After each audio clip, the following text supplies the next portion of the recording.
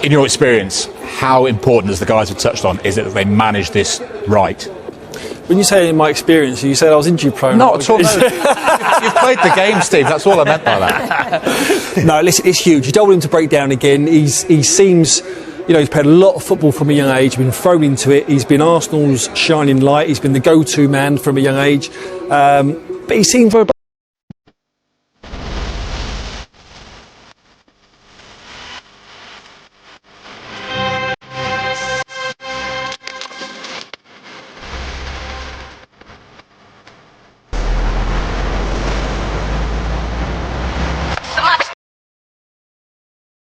When he suffered that injury on December the 21st, Arsenal were 3 points behind Liverpool, albeit they had a couple of games in hand. But now the gap is 12 points from those 12 games that he has had to sit out. Arteta said there, we have missed him. Tim, if he had stayed fit for those 12 games, would we have more of a title race than we have right now? I don't think there'd be 12 points clear Liverpool. If you took Mo Salah out of their side, I think it would have hurt them as well. So, for me, he's their best player. Him and Declan Rice, I believe, are the most influential players Arsenal have. And they've missed him. Of course they've missed him. He chops in with goals, but also he makes Odegaard, who plays in that little pocket, a lot better as well, creates more chances for others. He's been a huge miss, but there's a huge plus. There's still a lot to play for Arsenal. Really a lot. Not too much tonight, to be perfectly honest. I think it's key to build Saka up. You need him back for this Real Madrid game, next week.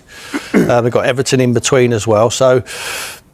I think if I'm Mikel, I'm just keeping an eye on his minutes tonight. I think they've got a team who are capable at home to beat this Fulham side, but does it really matter? Not too much. I know they want a win to get some confidence moving into the Real Madrid game. But I think the key is tonight to give that boy some minutes. I think Saka is so important to them. If they're going to beat Real Madrid, they need their best players. And their best player, in my opinion, is this boy. So half hour possibly tonight, give him some minutes, and then Everton at the weekend, maybe an hour, and then he's ready to go against Real Madrid. Because that's the thing, isn't it, Clinton? I mean, it might have come too late for the title race, but in terms of how timely this return is for Arsenal, as Tim mentions, in the Champions League, how much better are their chances of beating Real Madrid with Saka in the lineup? No, their chances are much better. Do I think they'll beat Real Madrid? I'm not sure about that. Real Madrid are a brilliant team. But if it's the same Real Madrid that played against Atletico Madrid, Arsenal do have a chance. And they are vulnerable at the back, Real Madrid for sure. But going forward, they're outstanding. But Saka, there's a reason you don't be called a star boy if you're not a star boy. Because no one will be naming you a star boy. He is a star boy. Tim hit the nail on the head. He is their best player. He's outstanding. What I liked about it is he's coming through. He's got the biggest smile on his face. When we just showed clips of him walking, it's like he's missed football. He's a player who misses his football and enjoys it and plays with a smile on his face. More players need to learn from him, but he's one of those people that you just love watching, and you were so disappointed when he picked up the injury, but now he's back on that pitch. Let him go and showcase his ability. I think he's fantastic. I agree with Tim. And obviously what Arteta said, can't put him in straight away. You don't want him to break down. Their biggest game is Real Madrid. I know they still want to put pressure on Liverpool, but the title's gone. But you still want to win football matches to breed confidence moving forward. But yeah, to have him back, I think it's great news for Arsenal. Says the star boy of soccer special. Oh. I like that. I teed you up nicely, didn't I? Thank you. I'll take that one, Jules. Not sure everyone else along the panel would say it, but I'll take that. I had my fingers crossed when I said it. Sue, he's actually missed 13 league games this season in total, which is nearly half of their games. And yet, he is still top of the table for Arsenal for goal involvements in terms of 5 goals, 10 assists. Just having him back there in the fold, having him on the bench, ready to come on, for those teammates of his, how much of a lift does he give them? Oh, it's a huge boost, and I actually seen those stats to see that he's still up there when he's missed 3 months plus, and that is so impressive, and that just shows how key he is. And Arsenal have been so unfortunate with the injuries that they've had in those attacking areas, and you just think, of course, his ability on the pitch, his goals and his assists, but it's also how he helps those players in and around him. We're not really seeing the best of Odegaard. I think having Saka back in, we'll start seeing the best of him.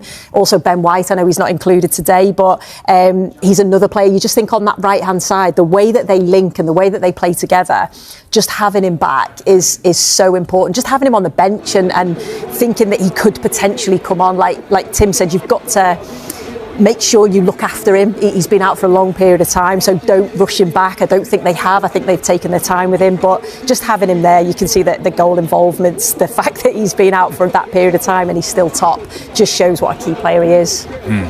It has been a serious injury though, Steve, hasn't it? Obviously the game tonight, then Everton at the weekend, then that Real Madrid game. In your experience, how important, as the guys have touched on, is it that they manage this right? When you say in my experience, you said I was injury prone. Not at all. No. You've played the game, Steve. That's all I meant by that. No, listen, it's huge. You don't want him to break down again. He seems, he's played a lot of football from a young age, been thrown into it. He's been Arsenal's shining light. He's been the go-to man from a young age. But he seems robust. He knows his body. We were talking earlier on about, when you're fit. I don't remember coming back when I come back from an injury and being thrown into half an hour towards the end of the game. It was always like, I'm ready to start. Yeah. Let's start me. So there would have been discussions, I'm sure. But Arteta said they've actually had to hold him back. Well, that's what I mean. He's young, he's enthusiastic. But yeah, look, he knows his body. But as much as we're talking about Saka, you've got to remember that Wanyeri, he's been the shining light because he's the one who's gained. Someone's just gone right, thrown him into the spotlight. And now they've obviously got another star boy that they know that they can rely on. Yeah. But you would have played a couple of reserve games, Steve, wouldn't you? Yeah. That's what happens. They don't get that now. They're ready to go. They train. They just build up with their heart monitors on and the training, trying to get to a level, and then they throw them into the first team. Whereas we, back in the day, we'd have played some reserve games. Yeah. Listen, it doesn't matter if you win or lose in them reserve games. So it's just getting the minutes under the belt. Interesting to see how he goes, but like Steve's absolutely right. This boy's robust. He knows his body better than any of us, and I think the manager will trust him. Very positive news all round for Arsenal then, having Saka back. Unless maybe your name is Ethan Wanyeri, as Steve mentioned there, because his rapid development in Saka's absence has been staggering, absolutely brilliant.